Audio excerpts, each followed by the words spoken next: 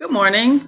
This is Kamera again. We're on day number 67, Deuteronomy 28 and 29.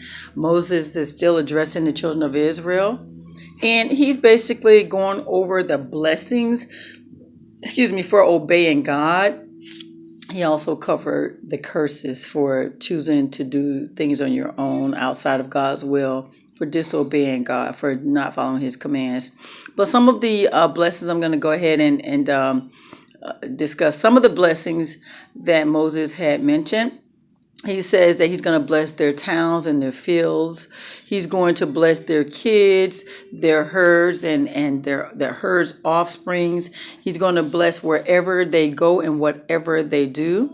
And he's going to conquer their enemies. And that's only for obeying God and walking in his ways. Now, he says that these blessed people will be the head and not the tail. He's going to bless them with prosperity. And he says, Moses said, do not turn away from his commands. Now, I want to spend some time on the blessings part. A lot of people think that you're blessed because you're rich. I just don't understand that situation. You're blessed because you're rich. Because of what people say, money answers everything. Money also brings on other burdens as well. Okay? You can be rich and not have joy and not have peace. You can have discomforts. Things don't always go your way just because you're rich. So when you think about prosperity, when you think about blessings, don't just look at the monetary values. Look at the other values that monies cannot buy. If you feel like you have to be rich in order to be blessed, I don't know what to tell you. Just ask God to help you be content in whatever He blesses you with. But I've never been rich financially, but I'm very rich in a lot of other ways. So I don't know. Would I be happy with more money? I guess, to take care of certain situations. But if I had to be rich and take away what I do have just to be rich, I definitely would not switch, not even a little bit. So to each his own. But I ask you to ask God to help you to be content in whatever situation you are living. Okay. Then he mentions curses. Curses that you'll get when you turn away from God, when you do things on your own, disobeying him, living a life that's not pleasing to him. He says that if you refuse to listen, your towns would be cursed, your kids, your crops, your cattle, your fields will be cursed. There'll be curses and confusion and frustration. You're going to have frustrations and a lot of confusion going on. There's going to be diseases and disasters. There's going to good men and good women. I'm a good person. Good men and good women are going to even be doing detestable things. So, yeah, and there's going to be plagues, and there's going to be a lot of discontentment. So, we see that even now today. It happens. But let me tell you something, guys. God is a forgiving God. If you find that some of those things have been placed in your lives where there's discontentment, you're confused about a lot of stuff, you have no contentment, ask God. I'm telling you, he listens. He wants us to trust him. He wants us to love him. He wants us to turn from our wicked ways and seek his face. And a lot of people think wicked ways is just molestation. They think wicked ways are thievery and stuff like that. But we have some wicked ways in our hearts and in our minds that we really need to deal with. That is what God looks at first and foremost. Okay? He knows what goes on in your mind. He knows what goes on in your heart. And those are the things that he wants us to ask him for help with, to remove and to turn away from those thoughts and those minds. There are things we do in secret nobody else sees. God sees it.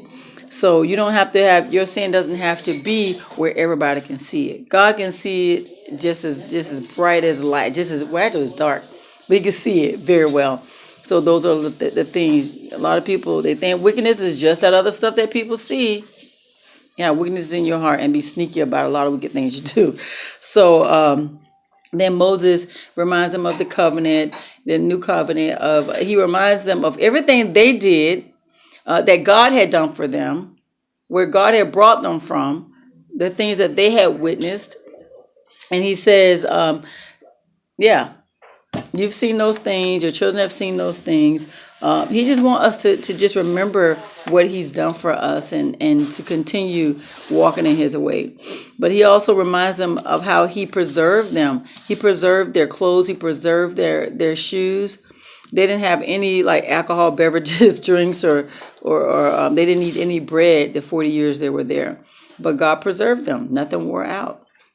And so he says, if you find yourself where you're happy doing in your sin and you're congratulating yourself, oh, I'm doing good. Even without God, I'm doing good. Don't be deceived. Don't be deceived. But don't be deceived. And so, yeah, and one of the last things he said was in today's reading was, God has many secrets. We're not accountable for those. We are accountable for what God has revealed to us in our children. We're accountable for those things. So, yeah, that's basically Deuteronomy 28 and 29. See, there were only 2 chapters this reading, but they were so long. They were so long, I'm telling you. I'm like, oh my gosh, right? Because I spent so much time talking about curses. I just gave you just some of the curses and some of the blessings that were mentioned in the word today. They're very detailed, and everything that he said today was detailed about those curses, how drastic it's going to be for those people who refuse and disobey. And just some of the blessings. He was very detailed in those as well. So guys, I tell you, read that word. If you have to play it, I use 2 different Bibles. I use Bible Gateway. Bible Gateway, I've been using that since, I don't know, over 20 years. Because I think that was the first one I've ever discovered on the internet. At least over 15 to 20 years. It's been a long time. I've been using BibleGateway.com. And I've downloaded YouVersion. And YouVersion, yeah, I use that as well. And with both of those programs, they actually play for you if you want them to play. And sometimes when the word is very long and it's drawn out, it's basically just telling you, curse is what's going to happen, it's going to happen. And I'm like, okay, I got it, I'm cursed. So instead of just closing the book, I'll just now, since I have the capability, back in the day before I had the capability of letting it talk to me, I would just read it and read it. But when the Bible started speaking, I would play and read. And back in the day, I remember when we were kids in school, and we first had that option where when you read, it reads with you. That was way in the back. We used to have to use these cards and put in this little slider thing and read along. Yeah, we're much better these days. But anyway, I'll read the word along with the person who's reading as well. And when I'm driving, I'll let the word read to me. Just different places. I'll just play the Bible and let it read to me. But I made sure that I read it myself because it get planted deeper in my mind when I read it, verbally read it, or actually read it, literally read it myself. But I do let it play a lot as well. And when it's these long verses, a lot of times I'll read and I'll let the word read with me as I'm reading, or the audible read with me as well. So, yeah, a lot of babbling, right? Sorry about that. We are on day 67, Deuteronomy 28 and 29. Enjoy the word. God bless.